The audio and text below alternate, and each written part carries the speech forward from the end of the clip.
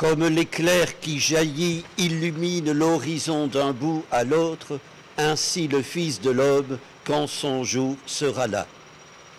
Frères et sœurs, à l'époque de Jésus, la question de savoir quand viendrait le règne de Dieu était fort débattue. Scribes, docteurs de la loi, spéculaient à l'envi, s'efforçaient de discerner les signes avant-coureurs. Ne sourions pas.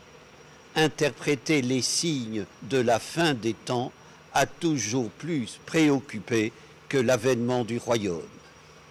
Seul parmi les synoptiques, Luc reprend ce débat et lui donne une ampleur apocalyptique.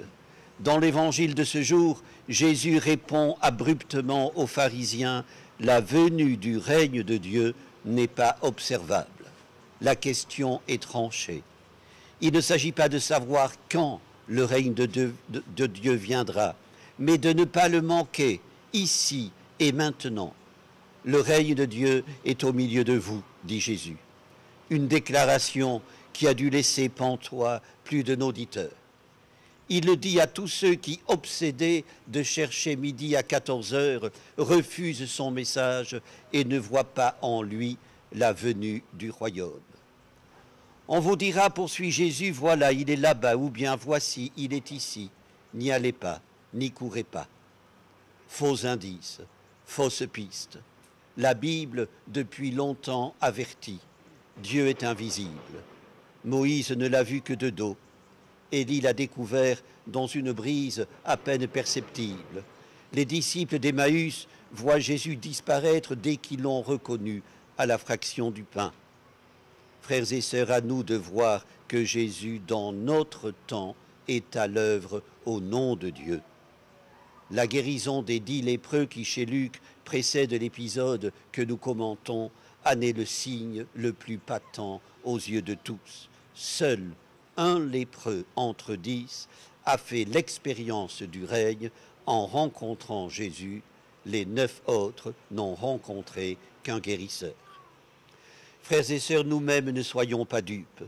Ne nous laissons pas berner par des chimères ou des charlatans. Revendiquons d'agir librement. Ne soyons pas résignés. Notre route n'est pas tracée à l'avance. Notre temps n'est pas congelé. Ne pensons pas que seul un miracle puisse le décongeler.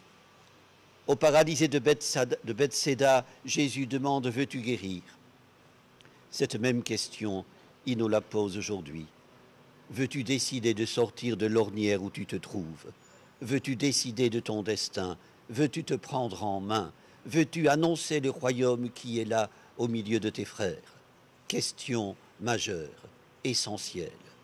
Le règne de Dieu ne se manifeste pas à renfort de signes et de prodiges. Il agit discrètement. Il est à l'œuvre parmi nous dans notre vie quotidienne. Le pape François déplore que les chrétiens préfèrent le spectacle au silence du royaume de Dieu. Lors de célébrations de mariage, par exemple, il regrette que la fête tourne au spectacle, sacrifie à la mode, aux apparences et s'y dénature. À l'opposé du faste et de la pompe, il y a la simplicité, la persévérance de ceux qui remplissent leurs obligations auprès de leurs enfants, de leurs parents, de leurs grands-parents, qui ont peu de moyens et qui prient. Le royaume de Dieu est parmi eux. Frères et sœurs, les propos du pape nous renvoient à notre quotidien. C'est ici et maintenant qu'est le terme de l'histoire du salut, son achèvement. Préparer la fin des temps, c'est agir pour que le règne de Dieu arrive, c'est faire nôtre la longue marche de l'humanité vers un avenir meilleur. Frères et sœurs, dans un monde accablé par l'injustice, ravagé par la guerre, ne nous laissons pas gagner par le découragement.